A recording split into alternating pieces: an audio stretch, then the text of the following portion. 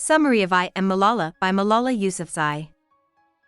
On October 9, 2012, a young girl named Malala Yousafzai takes a bus to school.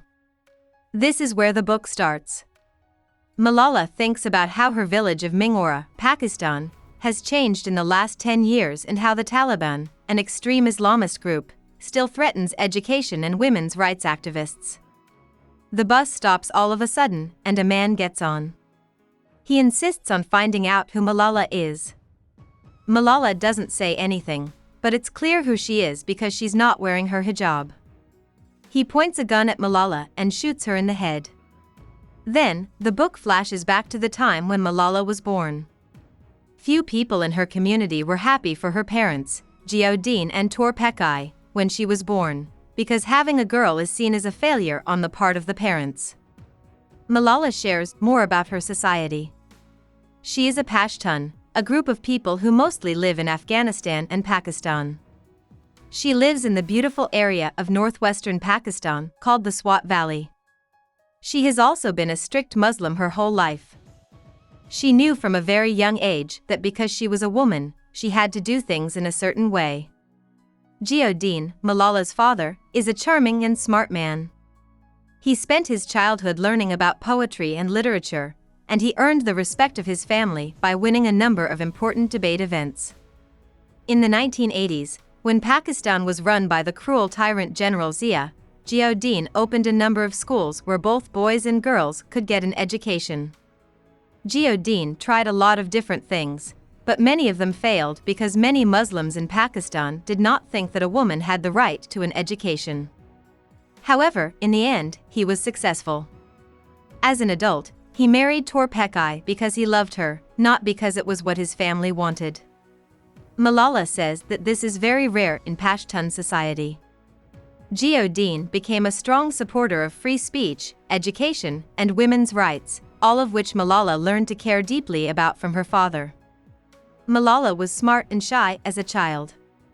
Jiodine told her to compete in speaking and debate contests, and she did. Over time, she got better and better until she was one of the best public speakers of her age. She did well in school and was usually at the top of her class. Malala stole a toy from a friend when she was about 6 years old. After that, she stole other things all the time. When Malala's parents found out about this, they were so ashamed of her that she vowed to never steal or do anything wrong again. She says that she has never. Malala saw how bad hunger was in her neighborhood as she grew up. She kept bugging her father to let more kids go to his school for free, and Jiodine finally gave in.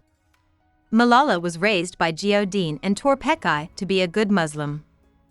Even though Malala was raised in the Islamic faith, she noticed at a young age that Pakistanis would use Islam as an excuse to insult women and keep them from learning. Malala started to make up her own version of Islam, which said that women could get an education and still be good Muslims. After the September 11th terrorist strikes, Malala's society became more violent and morally extreme. The group called the Taliban became well known in the area under the leadership of Maulana Fazlullah.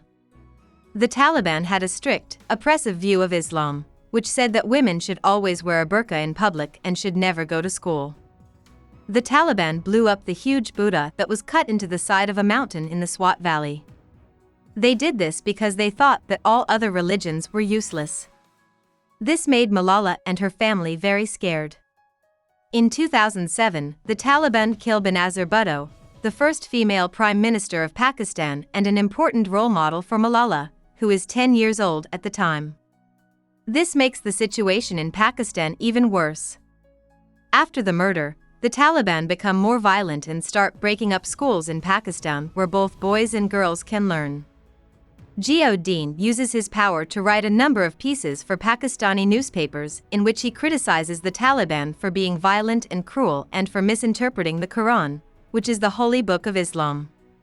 In 2009, Jiodine uses his connections with the BBC to get Malala to write a series of notebook notes about her life under the Taliban.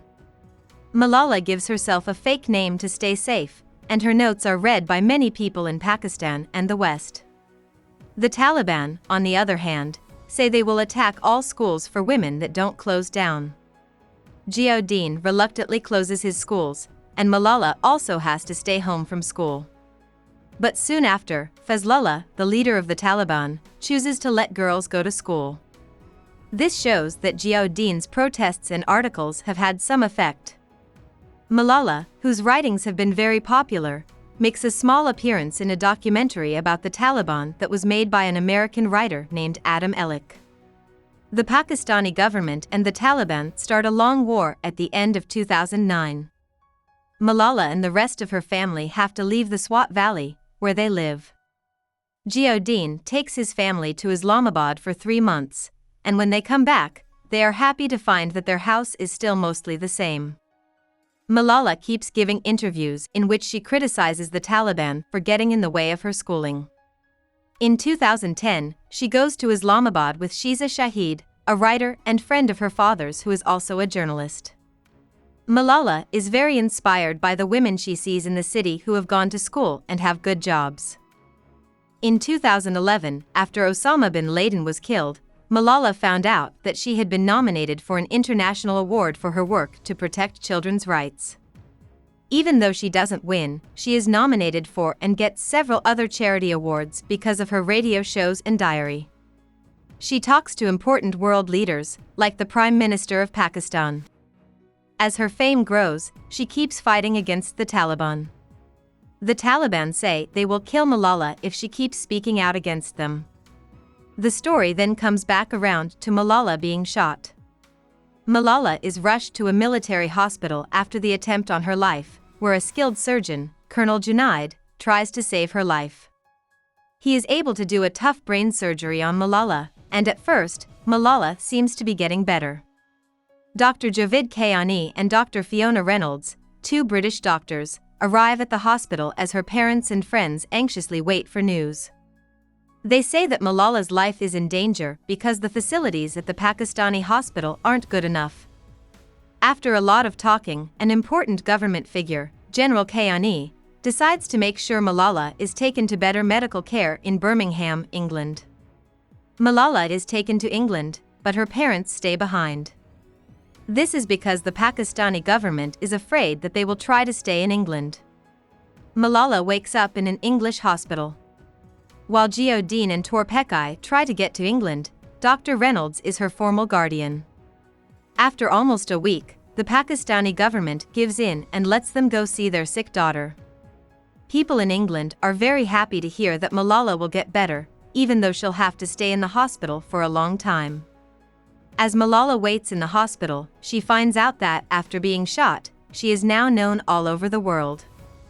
Heads of state and famous people send her flowers, and other good people speak out against the brutality of the Taliban because of her.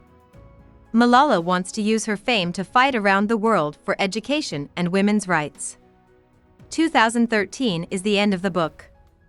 The rest of Malala's family has moved to England.